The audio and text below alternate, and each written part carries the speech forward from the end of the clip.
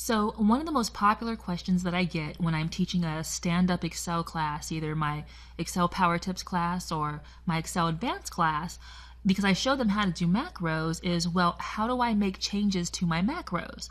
Because either they forgot to add in something or the macro just isn't working how the student anticipated.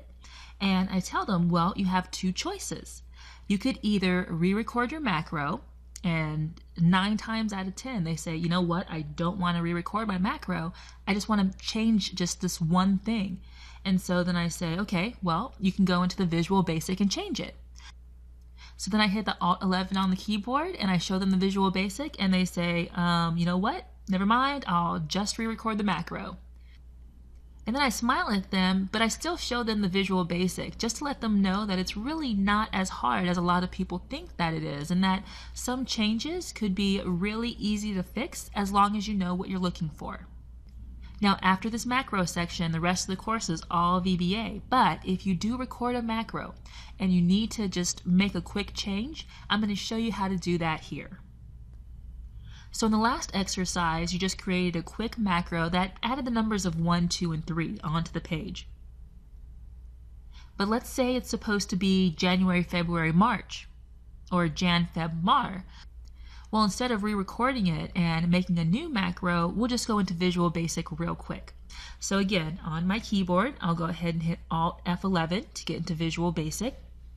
And you can see how small this macro is. There's not a lot of info here. I'm going to make the change by clicking on where my number 1 is here, and I'm just going to change that to, I will abbreviate January. I'll just put a Jan there inside of the double quotes because it's text, and we'll talk about that more a little bit later.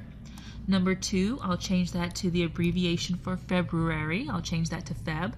And then number 3 here, I'll go ahead and change that to the abbreviation for March. Now again, that's pretty simple. Not all your changes are going to be that simple, but what I want to point out here is that if you know what you're looking for, you can at least give it a try. Alright, so let me test this out to see if it works. I'm going to head back over to my Excel sheet, which is actually just behind this sheet, so I can just click on the sheet. Or what you can do is here inside of your Visual Basic editor, there's a little Excel button. Or I can click on Alt F11 again just to take me back to Excel.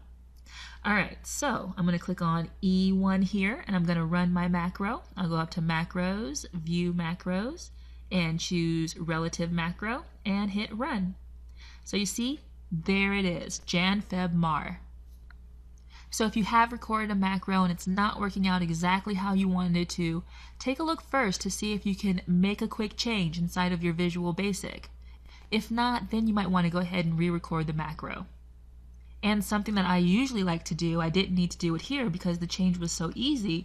If I'm going to be making a change to a lot of things in that macro and the macro is stored in the workbook like this one is here, then I might want to create a copy of and use that copy of the workbook to make the change, test it out, see if it works.